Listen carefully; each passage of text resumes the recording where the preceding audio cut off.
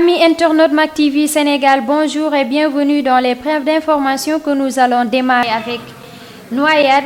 Le corps sans vie du jeune Mamadou Ly qui s'est noyé avant-hier à la plage de Yoff BCEAO est finalement retrouvé très tôt ce matin, pas loin de l'endroit de la noyade, par des sportifs qui ont alerté la gendarmerie de la Foire.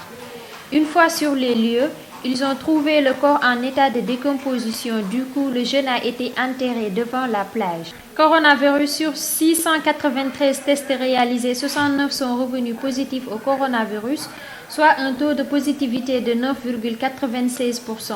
Il s'agit de 43 cas contacts suivis, 3 cas importés et 24 cas issus de la transmission communautaire répartis comme suit: Touba 3, HLM 2, Pikine 2, Cité Gadaye 1, Cité Keur Damel 1, Dalifort 1, Fass Delorme 1, Grand Yoff 1, Liberté 6 1, Parcelles Assainies 1, Patte d'Oie 1, Ouakam 1, Plateau 1, Sangalkam 1, Bignona 1, Diourbel 1, Kaolack 1, Khombol 1 et Thiès 1.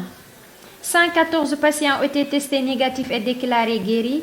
34 cas graves sont pris en charge dans les services de réanimation, ainsi un nouveau décès lié à la Covid-19 enregistré.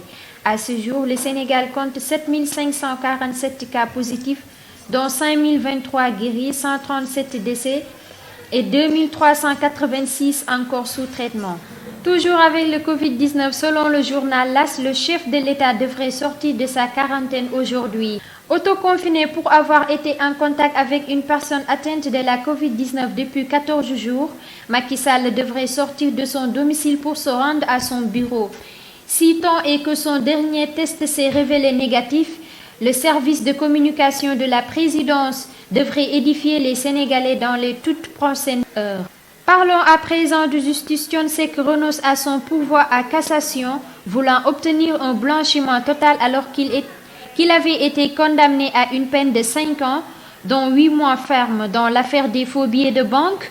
Le leader du Ramadan avait décidé de poursuivre le combat judiciaire en cassation. Selon le quotidien, le papa de Wally Seck a renoncé à son pouvoir de la demande de sa famille. L'hivernage s'installe au centre du Sénégal, mais la pluie et les phénomènes naturels qui l'accompagnent ne sont pas toujours synonymes de grâce.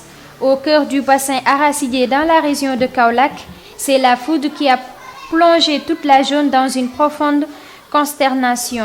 Elle est tombée sur un jeune de Ndofane âgé de 22 ans. Seydou Arona Diarra était en compagnie de 4 de ses amis à bord d'une charrette à destination de Keur Baka quand la pluie a démarré cet après-midi.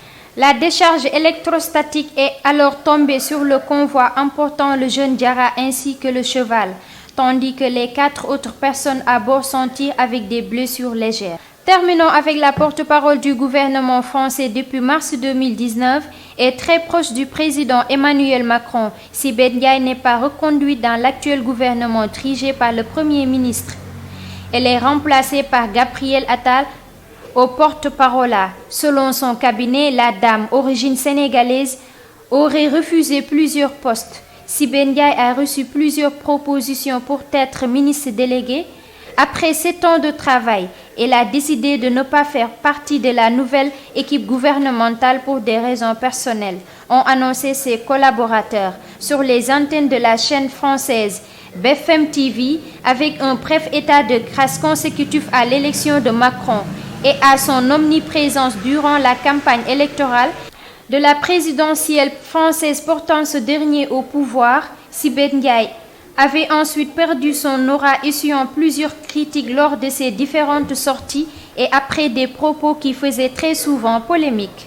Voilà, c'était tout pour cette brève d'information présentée avec un immense plaisir. Je vous donne rendez-vous demain, Inch'Allah.